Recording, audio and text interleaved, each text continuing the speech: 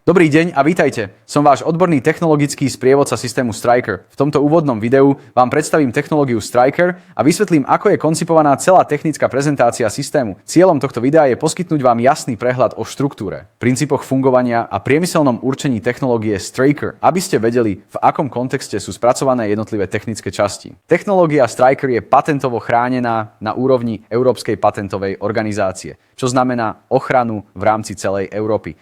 Zároveň prebieha príprava globálnej patentovej ochrany, ktorej cieľom je zabezpečiť technológiu Striker aj na celosvetovej úrovni. Táto patentová ochrana je dôležitou súčasťou technologickej a obchodnej stability systému. Technológia Striker je navrhnutá výhradne pre priemyselné a veľké objekty.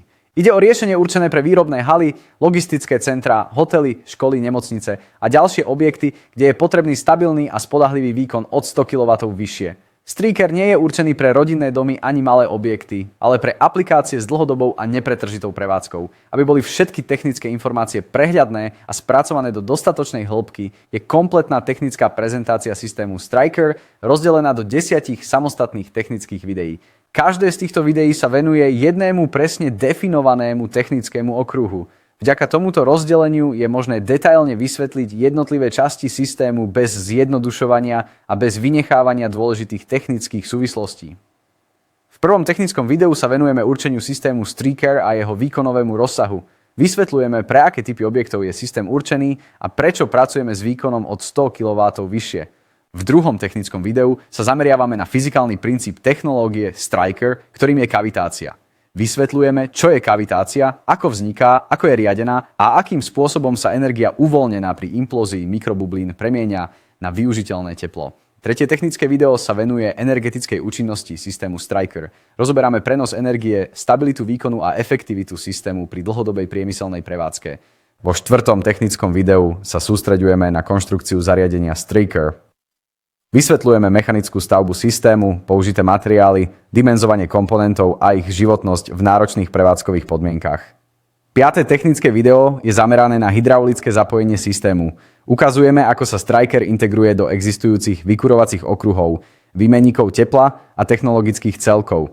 Šieste technické video sa venuje riadeniu a regulácii systému.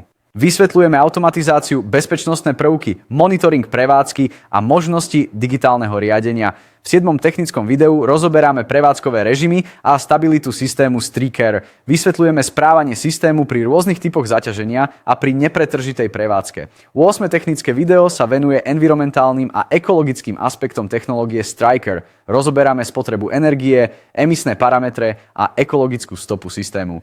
V 9. technickom videu sa zameriavame na škálovateľnosť a rozširovanie výkonu systému. Ukazujeme, ako je možné Striker prispôsobiť rastúcim požiadavkám a rôznym veľkostiam objektov. 10. technické video sa venuje servisu, údržbe a technickej podpore. Vysvetľujeme servisný koncept, diagnostiku systému, údržbové intervaly a dlhodobú technickú podporu. Každé z týchto 10 technických videí je spracované samostatne, odborne a do detailu. Spoločne tvoria ucelený technický základ systému Striker. Odporúčame sledovať jednotlivé videá postupne, aby ste získali kompletný a presný technický obraz celej technológie. Ďakujem za vašu pozornosť a teším sa na vás v ďalších technických častiach prezentácie systému Striker.